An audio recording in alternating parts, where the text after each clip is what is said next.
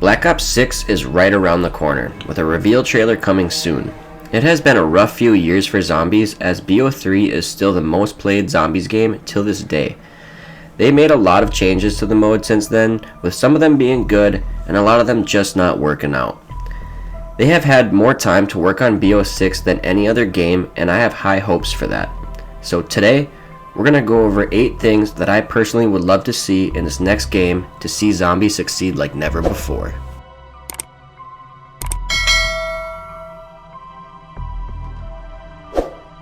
Now first things first, coming in at number 8 is going to be a set zombies crew.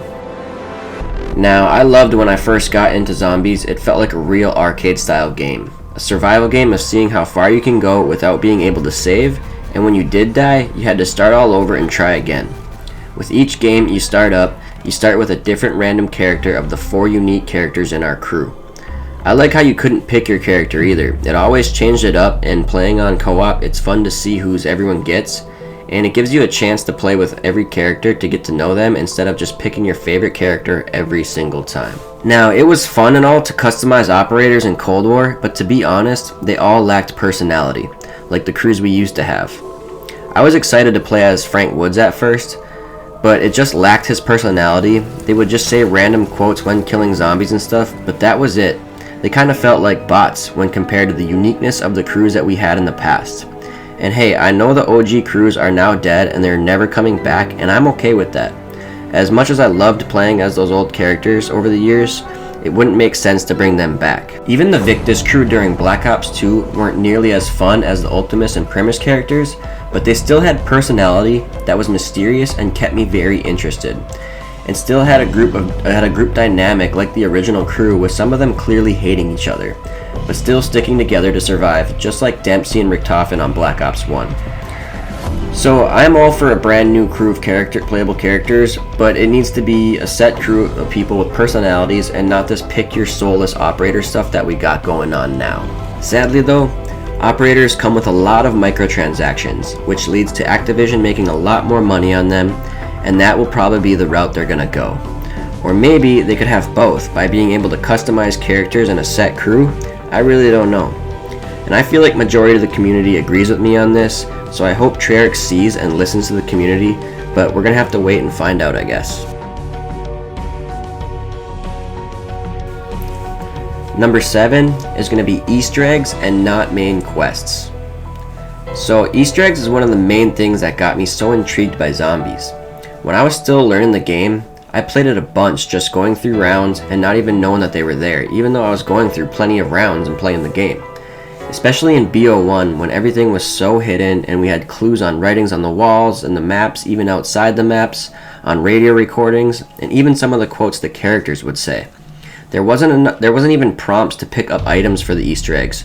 You see, they were so hidden that they were actually Easter eggs, and it made the game so much more mysterious and intriguing to me. Now, Cold War was still a fun game that I enjoyed, but the Easter eggs were no longer Easter eggs at this point. They became main quests, with parts being highlighted and even waypoints on the map to turn on power and pack-a-punch, making it feel like a campaign mission. They made it way too easy, as everything got solved within like a couple hours within release. Turning on power and opening PAP and main Easter eggs need to be mysterious, and it will intrigue more and more people that will get into it. A zombies map Easter egg should feel like an escape room that's mysterious and needs to be solved, not like a campaign mission with waypoints and highlighted objects to pick up to make it way easier for you and like hold your hand like Cold War did. Number 6 is going to be creative map atmospheres.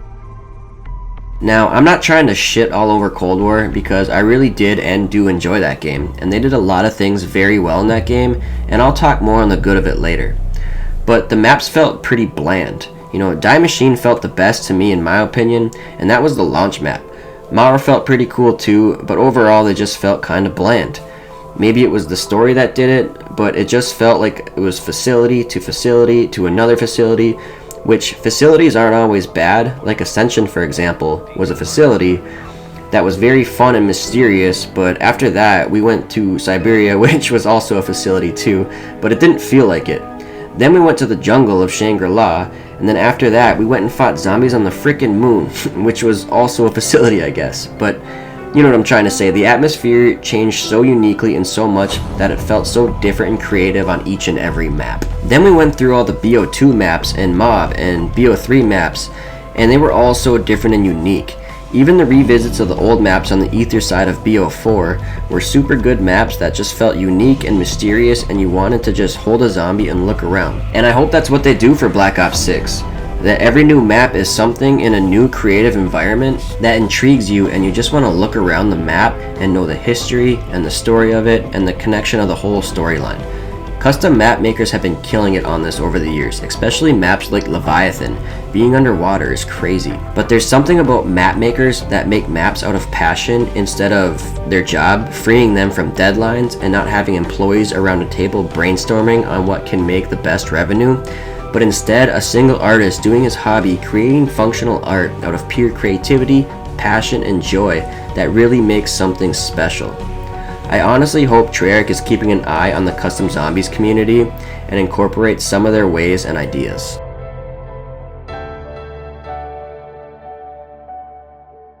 Number 5 is going to be the perk system / limits.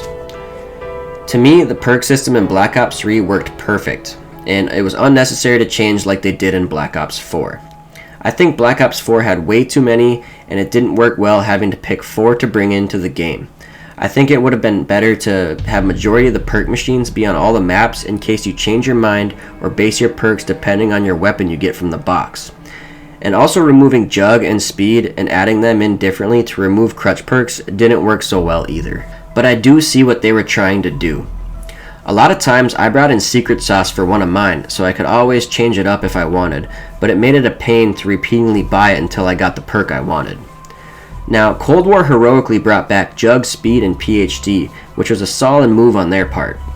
They even added a skill tree to upgrade perks outside the game with ether crystals we earned by playing the game. And I actually really liked that concept. It gave you something to grind for, and it also made the maps way more replayable. I personally love the perk system in Cold War, and I think they nailed it. The only things that I would personally change is the Wonder Fizz being kind of OP, and it makes the machines around the map kind of pointless. If it gave you a random perk like in Black Ops 3, it would work a lot better.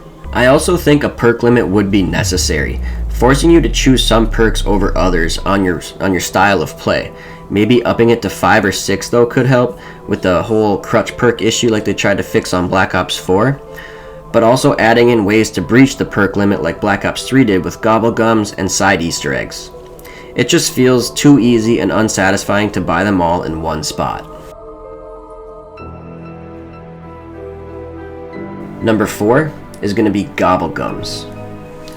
Now, there is some influence of gobblegums returning for Black Ops 6, which I think would be awesome.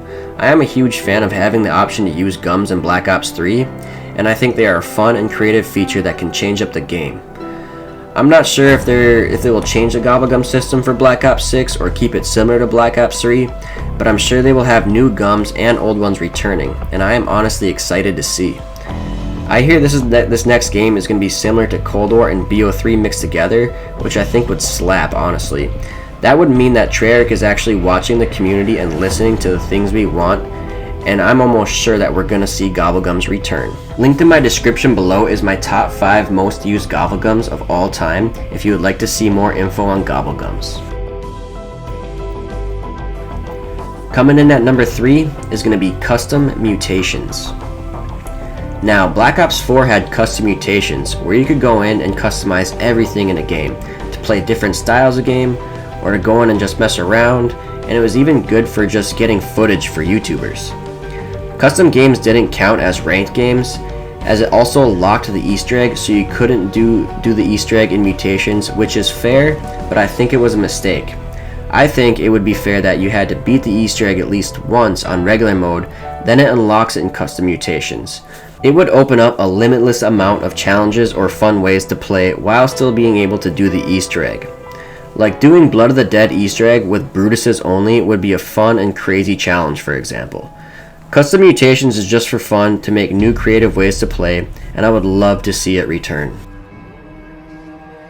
Number 2 is going to be party game modes. Now we had Grief on Black Ops 2, which was a fun mode where you could have 2 teams up to 4 players and try to out-survive each other on smaller maps with a little sabotage going on. It was fun and different and competitive, and we haven't had anything like that since Black Ops 2. We also had Turned, which was wild and fun too. In Black Ops 4 we had Zombies Rush mode, but it wasn't that fun to me. For Black Ops 6, I would love to see Grief and other party games like that return. Even things from custom zombies like Last Man Standing, where everyone gets 1 free random perk and 1 box hit and then goes into their own zones to see who can survive the longest. Or even Zombies Blood Rush, created by Sirius, where all 4 players spawn on different parts of the map with all the doors closed but can be opened with points.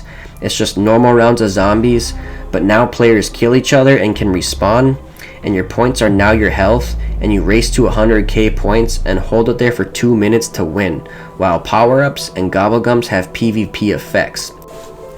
I just want to see a few competitive party games like that, whether it's those or some new ones that haven't been made yet. It's always a great addition to the game, and it changes it up and it gives it replayability. And it allows friends to mess around and play against each other. And it also makes good for tournaments in the community for events as well. Coming in at number 1 is going to be the Mustang Sally / starting weapon. Man, we gotta bring the original 1911 starting weapon back. Now, I get it in Cold War, it helps to speed up the early rounds, which is nice, but man, I miss only being able to start with a pistol. It gives it that arcade feel of starting with nothing to start building your points and your game. Starting with other guns is really not that big of a deal to me. I just wanted to mention that while we were here. But putting the 1911 in Cold War and pack-a-punching it doesn't give you Mustang Sally, and that's an absolute sin to the game. Especially after bringing PhD back. Like, come on.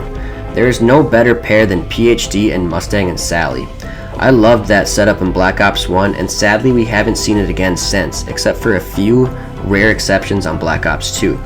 And to me, it was somewhat rare to get it. Even though you start with the weapon, the 1911, it becomes pointless pretty quickly and most people swap it out for another gun. So you have to commit to keeping it if you want to pack it to Mustang Sally, which made it worth it. It was so easy to kill yourself with it unless you got PhD. So bringing PhD back and not having Mustang Sally is a major tease, and that just ain't cool. If you dual wield them and pack-a-punch it in Cold War, it's just a high-powered pistols that aren't explosive called Pain and Suffering, which lives up to its name because that's what I feel in a game that brought back PhD but no Sallys. It's pure pain and suffering.